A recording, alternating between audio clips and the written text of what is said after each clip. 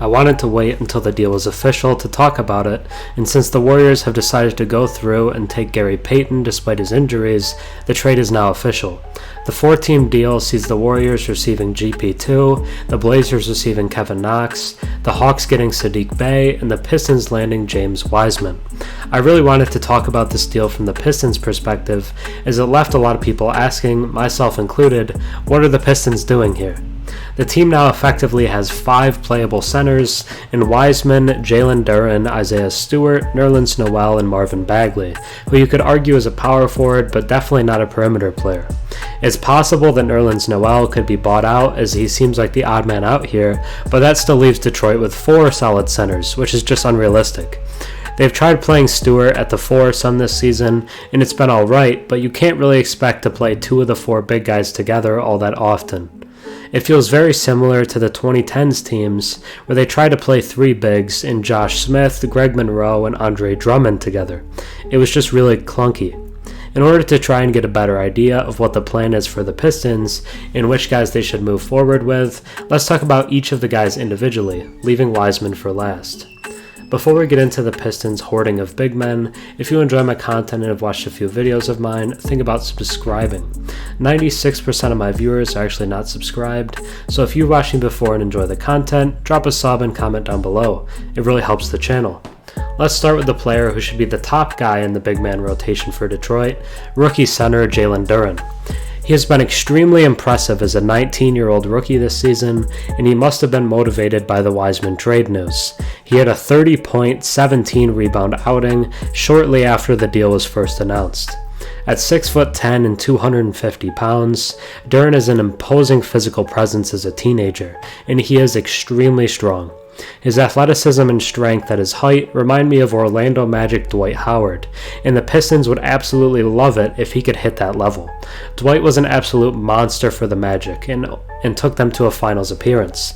He averaged 15 points and 15 rebounds in the finals at only 23 years old, and as crazy as it may be, I think Duren can be that level of player. Since becoming a starter, Duren has averaged 11 points, 11 rebounds, and a block per game, while shooting a wild 68% from the floor. He'll only continue to get better, and honestly, he might be the Pistons' most important player going forward, although Cade and Ivy are both in that discussion as well. Next, let's talk about Isaiah Stewart, the man passionately known as Beef Stew. Most NBA fans probably know him from that time last year when he tried to fight LeBron James, but Stewart is actually a really solid player as well. He started his career as a center, but with the drafting of Duren last season, the team has shifted him to a power forward role. His growth as a shooter has been kind of a struggle at only 30% from 3 this year, but he is shooting 4 attempts per game, which is a good bit higher than his previous season high of 1 per game. He'll need to get that up to 35 or 36% if he wants to be able to play power forward long term, but if he can unlock that, it'll really help clear up some of the big man logjam here, and maybe the Pistons are betting they can get that out of him. For the season, he's putting up 11 points, 8 rebounds, and a block. He's a solid contributor and a physical defender, and if he can improve his shooting, it could change the whole Pistons dynamic. Now let's talk about the third guy, Marvin Bagley III. He was the first former number 2 overall big man the team traded for, with now Wiseman as well, and last season it looked like they had saved his career.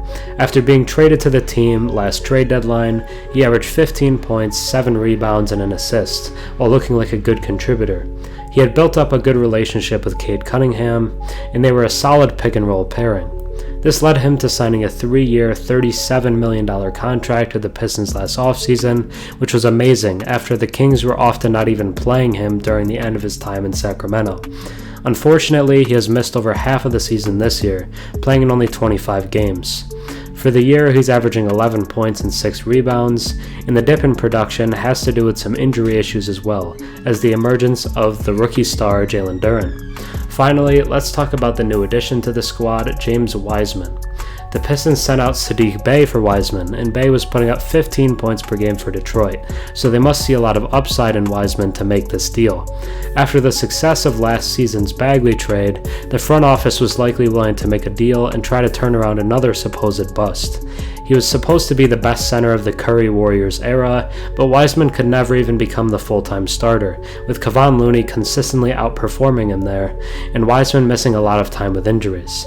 He averaged 12 points and 6 rebounds in his rookie season, so there have been some flashes in his young career. He's only 21 years old, and he clearly tries hard on the floor, so he could turn his career around.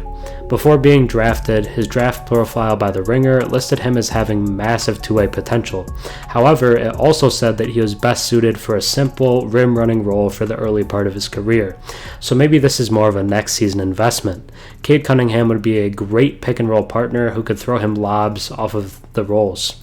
He showed some mid-range shooting ability in his very short college career, and if he can get back to that, it would be huge. Having the ability to play Wiseman at the 4 and Duren at the 5 would give the Pistons a ridiculously high athleticism, rim-running, tall duo.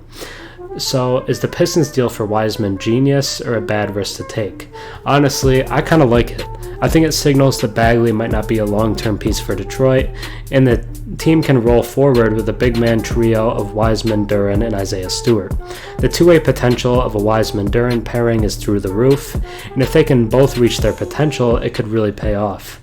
The biggest problem for Wiseman was likely lack of opportunity in Golden State, but in Detroit, he should be given more freedom. If playing him hinders the development of Jalen Duren, then they can't play them together, because Duren has the highest upside of the group. The cluster of big men for the Pistons is still kind of weird, but I think it could work out better than people think. Let me know your thoughts, as I'm sure many people don't like it. However, although it might not seem like it from the thumbnail and title, I actually like it for Detroit. Thanks for watching. I'm Herm. Have a good one.